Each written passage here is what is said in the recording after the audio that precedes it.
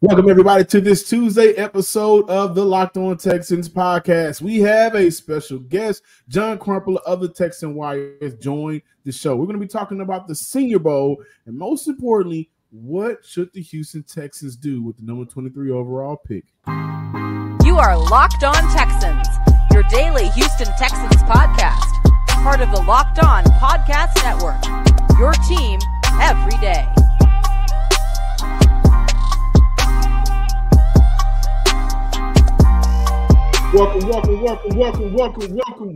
Welcome, Texans fans across the nations, the great state of Texas, and especially those here in the city of Houston, to this Tuesday episode of the Locked On Texans podcast, a part of the Locked On Podcast Network, your team, say it with me, guys, every day. Yes, sir. We have a guest for today's show, but today's episode is brought to you by LinkedIn. With LinkedIn Jobs, they help you find a qualified candidate you want to talk to faster. Post your job for free at linkedin.com/lockedonnfl. That's linkedin.com/lockedonnfl to post your job for free. Terms and conditions apply. I want to thank all of our first-time listeners and viewers to this Tuesday episode of the Locked On Texans podcast. Do us a favor. Subscribe, like, and comment to the podcast on YouTube and wherever you get your podcasts. And to all of our returning listeners, lending your ear for another episode, thank you for stopping back by. We are going to talk Texans today with John Crumpler of the Texans Wires. Y'all know who I am, Texans football analyst, Johnson Sports Guy Hickman. On the top side, corner side of the screen, Sports Illustrated's own Texans credentialed media member, Cody Davis. We are having our friend back to the show. John, I want to go right into it. The Houston Texans find themselves in a very unique position this year. They don't have 2 picks in the first round. They have an opportunity to build on this roster with the number 23 overall pick. From what you saw, looking at the Senior Bowl, because that's why we're here today, we're talking about the Senior Bowl. John Crumpler spent the week out there with the number 23 overall pick. The Texans are on the board. Who should be the player and why?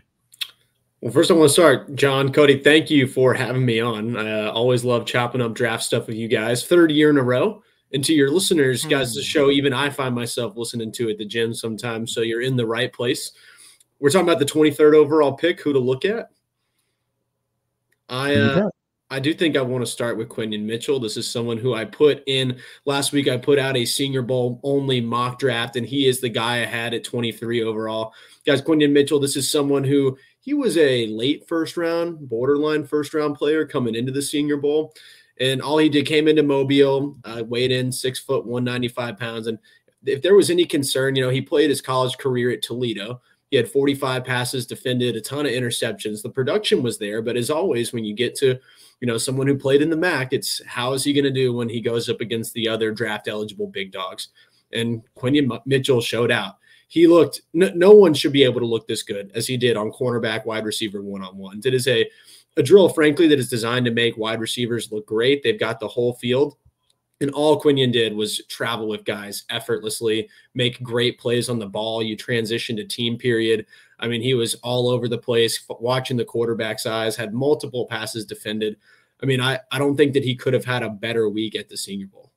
John, when you take a look at the prospects at the Senior Bowl, I want to ask you, were there any defensive linemen who caught your eye, mainly the guys that could kind of help the Houston Texans boost their interior? Yeah, I mean, I think this conversation, especially being the Texans, we have to start with Devondre Sweat. He was incredible this week. Obviously, I mean, I think he's listed at 6'4". He was 365 at Texas and declined to weigh in, which might tell you something about what kind of playing weight he was at this week in Mobile. But he showed off some serious power on the interior, frequently taking on 2 guys at a time. There's this great rep. I would encourage you guys to go look up against the Wisconsin center, basically folded the guy in half. Another name that I would look at, Florida State defensive tackle, I believe it's Fisk. He had a great week. There are plenty of day 3 candidates, I think, on that defensive line. I always found myself wandering over to, like John, I think I'm starting to think that defensive back's going to need to be a priority early in day 1 or day 2. But I thought there were plenty of impressive defensive linemen. Another name that I'll throw out there that had a great week, and this isn't an interior guy, but Darius Robinson from Missouri. I think he made himself a lot of money just by how he looked, kind of the violence that he showed off the edge. And if anything happens with Grenard, that's a name that Houston fans might start hearing pretty soon. Through 7 rounds, the Texans definitely, again, to mirror what I said, they got opportunity to do something special. I think in terms of building their depth up. Defensively, we're sticking with the defensive side of the ball. They met with Darius Robinson, Peyton Wilson, Quinyon Mitchell, Jarvis Brownlee, and safety Malik Mustafa. And this is according to none other than John Crumpler, who we have on the show.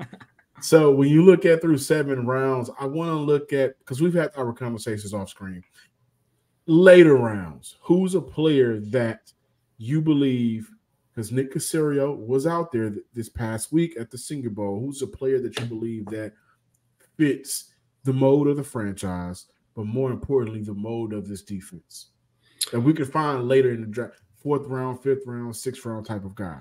Absolutely. And I'm going to talk about Malik Mustafa here. He's a safety out of Wake Forest. He was asked to do a lot of things in that defense, but this is someone who this is on Bruce Feldman's freak list before the year. So a great athlete, and he can be used all over the field. And he talked to me about it, the way that he detailed. He said, go watch rotating coverage, like a couple of the interceptions I had. He talked about tracking quarterbacks, tracking runners across the field to force fumbles. And this is someone who was a captain at Wake Forest, who was the kind of the heart and soul of the Demon Deacons defense, even on a down year. And when you listen to how detailed he was and how he was employed on the secondary, and when you think about just the different gaps that Houston has back there, when you get to day 3, that's someone I would love to take a gamble on. I think he has the football acumen and kind of the passion that you'd look for in a D'Amico Ryan's defense, and also played Power 5 football, which, as we know, Nick Caserio, I think Tank Dell's his only pick that did not come from a Power 5 program. So that's kind of where I look from. I think so. Yeah, it's just Tank. I think so. Hey, John, really quick, we talked about the secondary. I asked you about the defensive line, but when you take a look at the linebackers, were there any linebackers out there in the Senior Bowl that kind of caught your attention? Because the one thing I would say, when you look at the Senior Bowl and you look at some of those prospects, I definitely believe that D'Amico Ryans will have an opportunity to improve the depth of that linebacker unit at the prospects who was at the Senior Bowl. Yeah, I'll talk about 2 guys. The one I'll talk about at length was Peyton Wilson from NC State, who I got to talk to. He confirmed he met with the team. He was, I believe, a 4-year star at NC State. He's had 2 ACL injuries. This guy comes with his fair share of injury background. But, I mean, all he did was win ACC Player of the Year, win the Bednarik Award this past year. And you could see his energy in practice. People were talking about it. I mean, his tape is unbelievable, what he was able to do for the Wolfpack. And he's a good athlete. That's someone I would look to as, hey, could this be a late day 2, probably discounted a little bit because of the injury history, someone that you can mold to be the middle linebacker next to Christian Harris. And another name that I don't think you mentioned, but Cody Stoops was able to talk to Cedric Gray, the North Carolina linebacker, and he said he met with the Texans as well. And I thought he had a really nice week. I believe, if I recall correctly, Jim Nagy tweeted out just a few days ago that he was voted the top linebacker on his team by his peers. John and I, we need to have a show. We can just call it the John Show, because we talk frequently, especially around this time. We met in Mobile a couple of years ago, but we talk frequently about players that we like or players that we're scouting for the Houston Texans. And I can't tell you guys how much, and I call John with this, how much I just kind of gushed over Peyton Willis's tape. Wilson's tape, excuse me. I don't want to put this on him, but the way he plays, his style of play, his ability to get after the quarterback, I mean, he does a very good job of shedding blocks coming downhill to disrupt, whether it's in the run or, again, getting after the quarterback. I don't want to put this on him, but very Brian Cushing-ish. And he kind of plays with his head on fire a little bit too. So I think maybe the 5th round would be ideal for Wilson, unless another team falls in love with him. He did meet with the Houston Texans, but I mean, stop me if I'm wrong, John, because we're talking about the linebacker group here.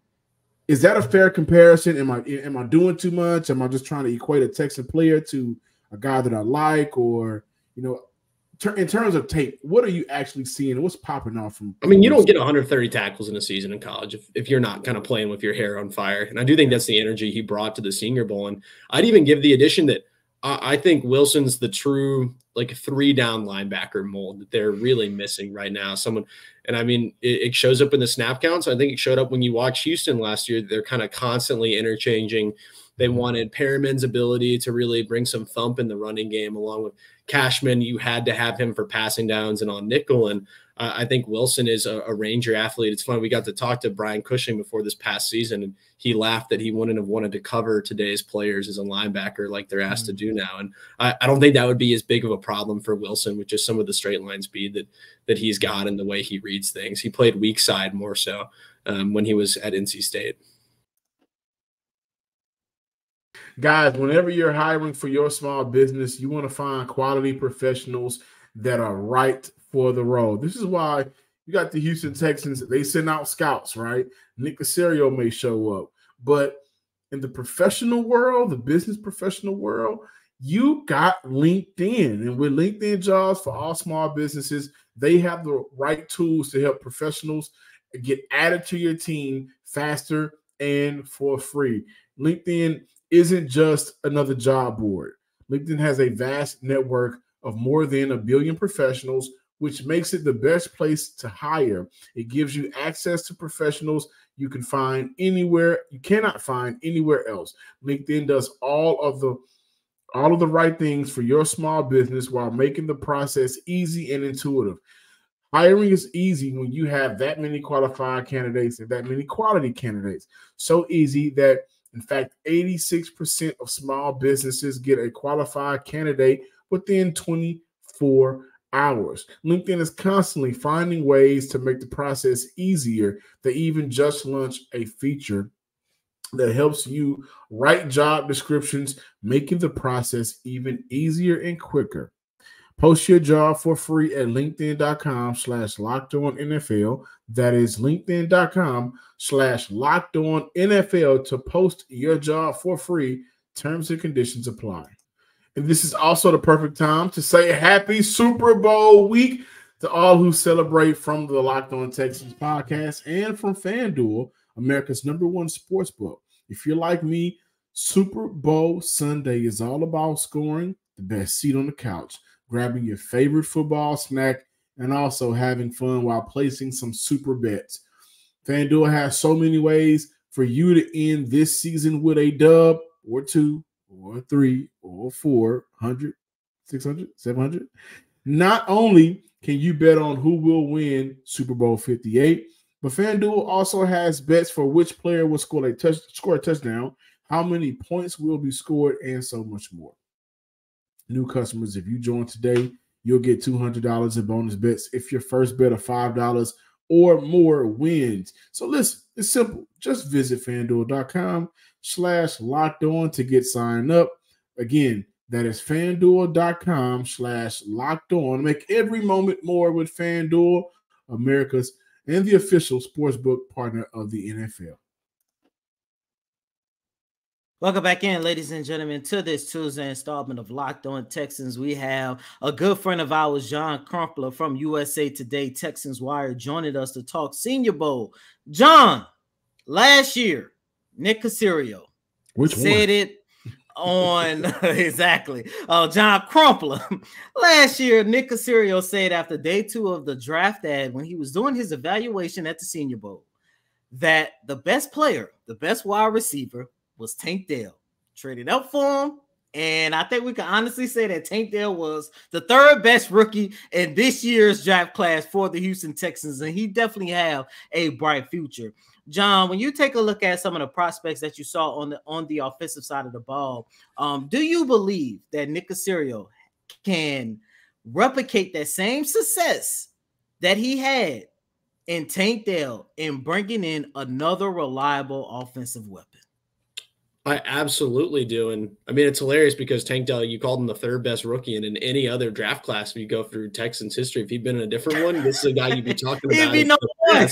He's so good. But no, I mean, I left Moby. I'll put it this way. I came to the Senior Bowl thinking, okay, I think wide receiver, it might be more prudent to kind of attack that on day 2 with the depth of the class. And I left Mobile. I'm going to mock a wide receiver to Houston at 59 every single mock unless they do something crazy in free agency. The class is that good, and I think there are some archetypes that Nick Caserio could target in this class. 2 guys, if it's okay that I'll talk about them. Roman Wilson from Michigan, he had an excellent week. I think he had the best week of any receiver down in Mobile. He showed off. I mean, I think the speed is something that we anticipated, but in a week where a lot of guys really struggle with drops, he was so consistent, and he was just constantly open. It wasn't always like the flashiest thing, but you saw it in team period. You saw it in wide receiver one-on-ones. He was open, and the quarterbacks were finding him, and he brought it in. I would love dropping him in as kind of that like wide receiver, like boundary addition next to Nico and Tank. It would let you keep doing your, they like to mix up having Nico and Tank in the slot. And I think his speed would complement that super well, in addition to just being another reliable weapon. And another name, which I'm sure fans are going to hear a lot about, is Malachi Corley. He came in and he looked the part at 215. This dude's ripped. And I think he had a good week running routes. There was some, I think he calls himself the yards after catch king, the yak king. And there's some concerns like, okay, how is he going to run routes this week? And I thought he did pretty well there. And then when they let him do this gadget stuff, some of this underneath stuff, there was one play he took a reverse and probably got about 25 yards down the field before he cracked into a defensive back. And that would have been a broken tackle in a real game. And if this offense wants to find their own Deebo Samuel type guy and stop throwing those plays to Xavier Hutchinson, I think that could be a player that they target. So how confident are you in the current tight end situation for the Houston Texans? Not very. Dalton Schultz. Okay, not very confident. I mean, Dalton Schultz isn't under contract, and even then, I think that they could use some juice blocking. How do you guys feel about the tight end? I honestly feel like Houston could find an upgrade, but I think that there's some talent in this year's draft, which is where I'm leaning towards. I look at A.J. Barner was at the Senior Bowl, Theo Johnson, Ben Sinnott, and Jaheim Bell. Those were all Senior Bowl participants. You were out there. You had an opportunity to see those guys in action. Is there a tight end that, okay, you look at what Kittle is able to do in San Fran, and we know the mode of the Shanahan tree. Is there a tight end that you saw that you believe can bring that same element of blocking, that same element of being able to get open and run routes that you saw out there last week? Yeah.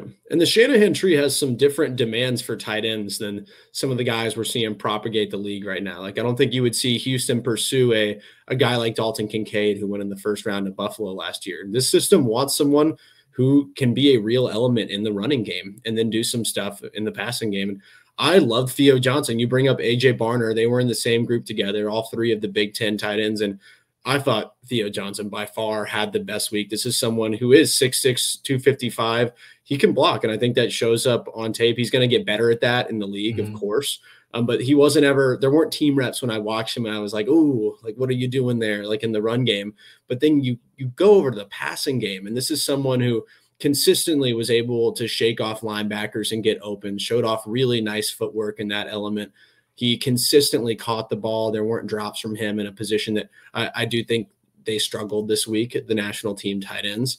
And then finally, I had the opportunity to talk to him, and I was blown away. One just phenomenal guy, really easy. An amazing question with an amazing response too. Thank you. Yeah, and I got to ask him. I said, like, Theo, what's the best play on film for you that you want coaches to see?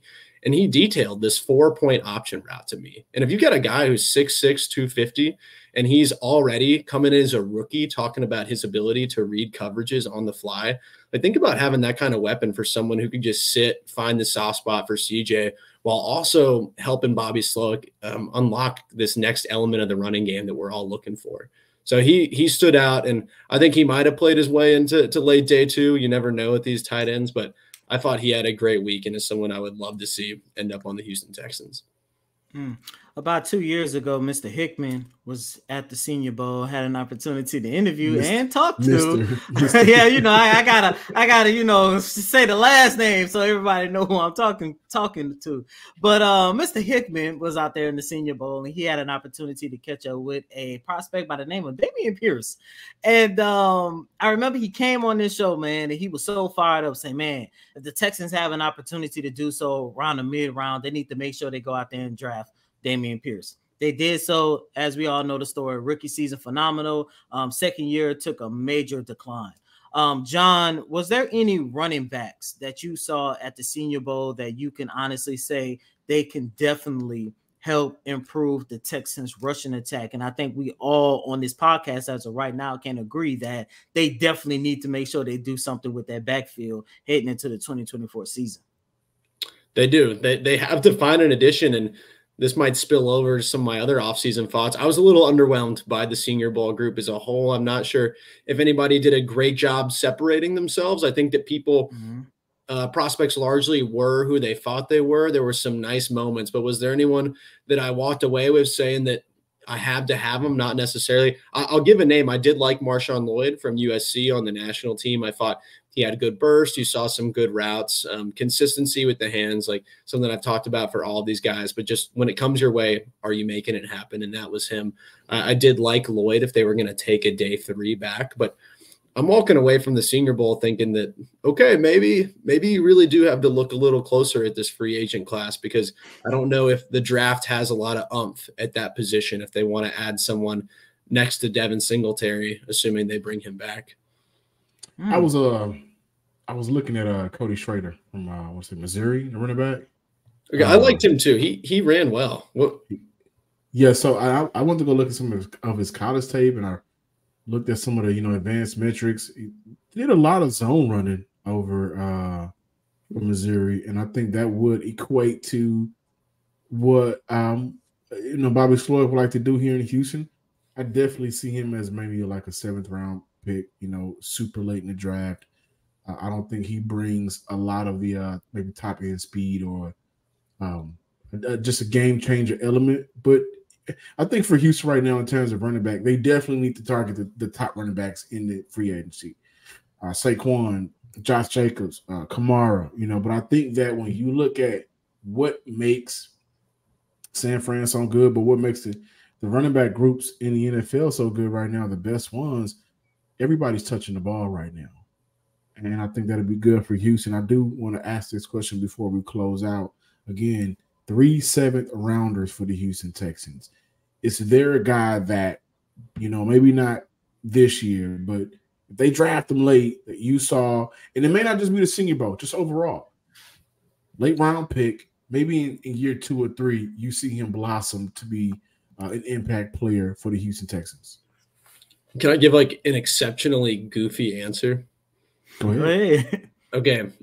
There was this punter there from Iowa who, as we all know, had a lot of practice punting the ball. And guys, I kid you not, on day 3, he's like at like the opposite 45. They had a whole 15-minute block that was just him punting. And he put every single one inside the 5, and they all bounced backwards. He just was like, they hit it. It was not a football anymore. It became a sandbag, just stayed there. I mean, it's actually kind of interesting while we're talking about day 3. Jim Nagy, the director of the Senior Bowl, he actually opened up the week talking to us about how NIL has taken away from the depth of the draft. Normally the guys that would kind of be on the fence or would normally be coming out, they're now staying in college. And he said it's kind of a shallow year to draft in rounds 5 through 7. He would expect there to be a lot of teams that are kind of aggressively trading up to target their guys. So, I mean, Torrey Taylor from Iowa, a funny name that I'll give you. And I do think you could take a running back day 3 because there's a lot of those guys, John, like you said, Schrader from Missouri. And I liked what he did, but is it someone that you think can come in and have a Dameon Pierce type effect? I just don't know if that talent was there at the Senior Bowl this year. John Crumpler from USA Today, Texans Wire. John, really quick, where can our listeners follow you at on all your social media platforms? Yeah, guys, thanks again for having me on. Love talking ball. If you guys want to read my content, you can go to texanswire.usatoday.com. All my mock drafts, my interviews of players at the Senior Bowl, and the free agent and mock draft content to come will be there. And if you are on Twitter, right, as we call it X now, you can follow me there at John H. Crumpler. I gotta say, we need to really think about just maybe once a month YouTube and the John Show, where everything we talk about on the phone, the text on the phone, we just say on camera. I think that'll be pretty fun. John, let's just get on like Twitter Spaces. We can even bring people up there when they hear us say something outrageous. It could be kind of fun, a little audience interaction. You know, it's not on video, so you can be walking around the house, like doing whatever you got to do, holding the baby. Yeah, you can't do that. I think the draft, like in April, that'll be fun to do. I should have more time in April. The baby be a little bit older, so I'll have more time. You're killing it, man. Did the game go to the timeout? It's time to order with DoorDash. Is it halftime? That's ordering time. 2-minute warning. You got it. That is your cue to order in. Whenever the game clock stops, that's time to order with DoorDash. Time to pull out your Lucky Charm jersey. Order your favorite apps. You know me, a guy like me, I need my wings, snacks, and more on DoorDash because football season is coming to an end. So this Sunday, you got to make it the perfect way to go out. Why root for your team on an empty stomach, guys? That don't make sense. I know you don't want to leave the couch. I know you don't want to leave the house. You're going to be locked in. Something always gets forgotten at the store. Don't worry. Order on DoorDash and save on football watch party time right now. You can order wings, pizza, soda, burgers, you name it. Order chips, dips, nachos, everything you need to make your own perfect nachos on DoorDash, you name it. Kick back at kickoff with unbeatable deals on everything you need for the watch party or tailgate. So right now, check it out. We're not just going to send you over there with nothing in your pocket. Get 50% off up to $10 value whenever you spend $15 or more on your first order when you download the DoorDash app and enter promo code LOCKED23. That is LOCKED23. Passion, drive, patience. What brings home the trophy, the winning trophy, is what also keeps your ride or die alive. eBay Motors has everything you need to maintain your vehicle and level it up to peak performance, from superchargers, roof racks, exhaust kits, LED headlights, and more. Whether you're into speed, power, or style, or all three, eBay Motors has got you covered. With over 122 million parts for your number one ride or die, you'll always find exactly what you're looking for. And with the eBay Guarantee Fit, your part is guaranteed to fit your ride or die every time, or your money back. Because with eBay Motors, you're burning rubber, not cash. With all of the parts you need at the prices you want, that's the most important part, guys. The parts you need, the prices you want. It's easy to turn your car into the MVP and bring home that win. Keep your ride or die alive at ebaymotors.com. Eligible items only. Exclusions apply. Welcome back in, Locked On Texans listeners and viewers. That was John Crumpler of the Texan Wire here on the Locked On Texans podcast. It's always good to get some outside thoughts and some outside analysts going on different players and how they can impact the Houston Texans. But right now, let's look on the inside.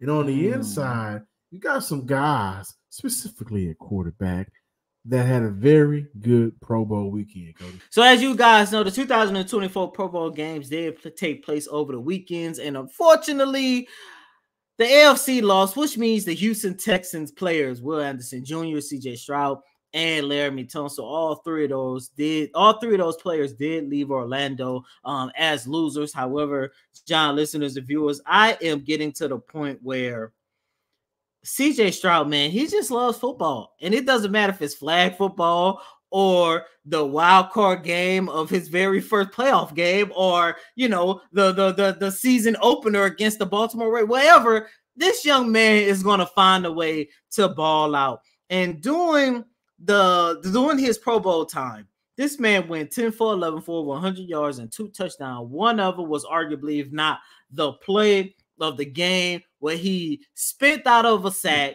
and connected with Jamar Chase, scrambling left and literally kind of like throwing the ball across his body. Like, it was phenomenal to see, but I'm just so happy just to see the Houston Texans being represented in the Pro Bowl games once again, because look, it's been a minute. And look, shout out to CJ, Will, and Laramie Tunsil. Will and Laramie Tunsil came up short in the strength competition that they had, but shout out to shocked that Will Anderson came up short.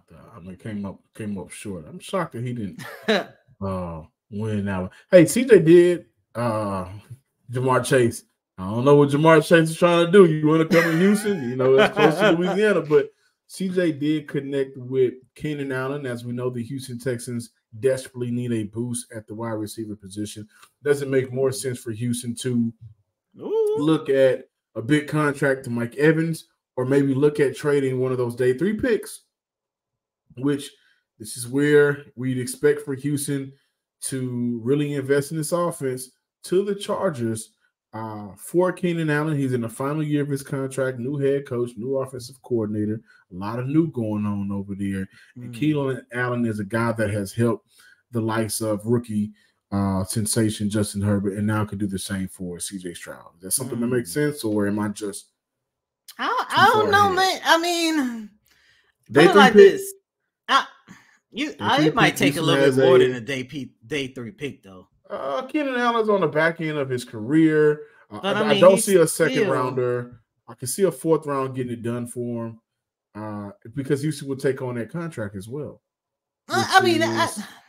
I guess it all depends on what will be the asking price. Yeah. And that's if, the Chargers can find a trade partner for him, which I'm pretty sure they will, because, and that situation in Los Angeles is starting to get a little bit interesting, because, John, to your point, with Justin Herbert's contract extension kicking in this year, you also got to look at the possibility where if you don't trade for him, do you wait and see if they depart from him, and then you try to sign him to a more friendly contract? He did say, this was a couple of days ago, I don't see myself going anywhere. This was Keenan Allen on the future with the team, but I think that, however, if Keenan Allen comes to Houston, the $18 million that he's due isn't something that Houston's going to fully take on. I think there will be a major restructuring to maybe knock that down from 18 to whatever, and maybe look to extend them. But Keenan would do, I think, wonders for not only CJ, but the rest of the wide receiver room. He's a route running technician. But we'll be back. We got to talk John Grenard this week. Should Houston move on, or should they keep that guy, their homegrown player, in-house, and much more? So make sure that you check us out throughout the week. Thank you for watching the Locked On Texans podcast. Be sure to subscribe, like, and comment to the podcast on YouTube and wherever you get your podcast. Follow me on Twitter at John_Hickman12. And as always, I'm your host, Cody M. Davis. Please remember to follow me on Twitter at CodyDavis_24. Once again, that's Cody, COTYDAVIS_24. Until next time, ladies and gentlemen, peace.